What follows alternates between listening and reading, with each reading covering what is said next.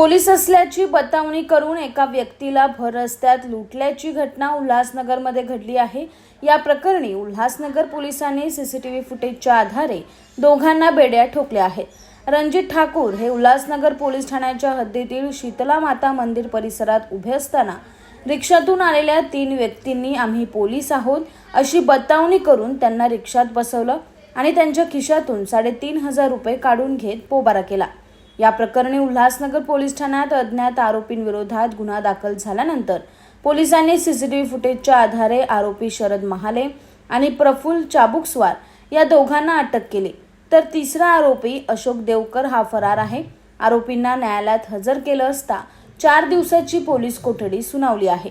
आरोपींनी यापूर्वी असे गुन्हे केले आहेत का याचा तपास पोलीस करत आहे।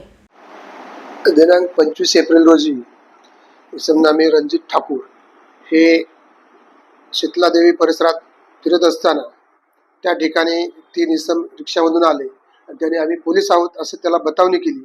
त्या बतावणी करून त्याच्याकडून 3,500 रुपये काढून घेतले। तर यामध्ये सध्या शरद सुदाम महाले व प्रफुल्ल चाबुकस्वार यांना अटक केलेला आहे। त्याचप्रमाणे यातील अशोक देवकर हा फरार आहे, त्याचा शोध घेणं चालू आहे।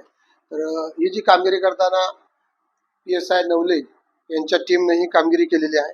त्याच्यामध्ये PC शेकडे यांना माहिती मिळाली, त्यानुसार त्या माहितीप्रमाणे त्यांनी या आरोपींना ताब्यात घेतलेले आहे। या कामी त्यांच्यासोबत पोलीस कॉन्स्टेबल सोनवणे, पोलीस हवालदार भोजने, तडवे आणि कांबळे यांनी देखील त्यात मदत केलेली आहे। या प्रकारचे असे जे आरोपीनं कृत्य केलेलं आहे त्या आणखीन काही त्याची अशा कृत्य केलेले असण्याची शक्यता आहे, त्याबद्दल तपास चालू आहे। आरोपींना कोर्टामध्ये हजर केल्यानंतर 4 दिवसाची PC देण्यात आलेली आहे।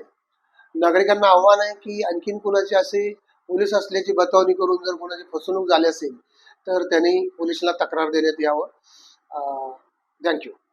Bureau report AB fast news Ulhasnagar.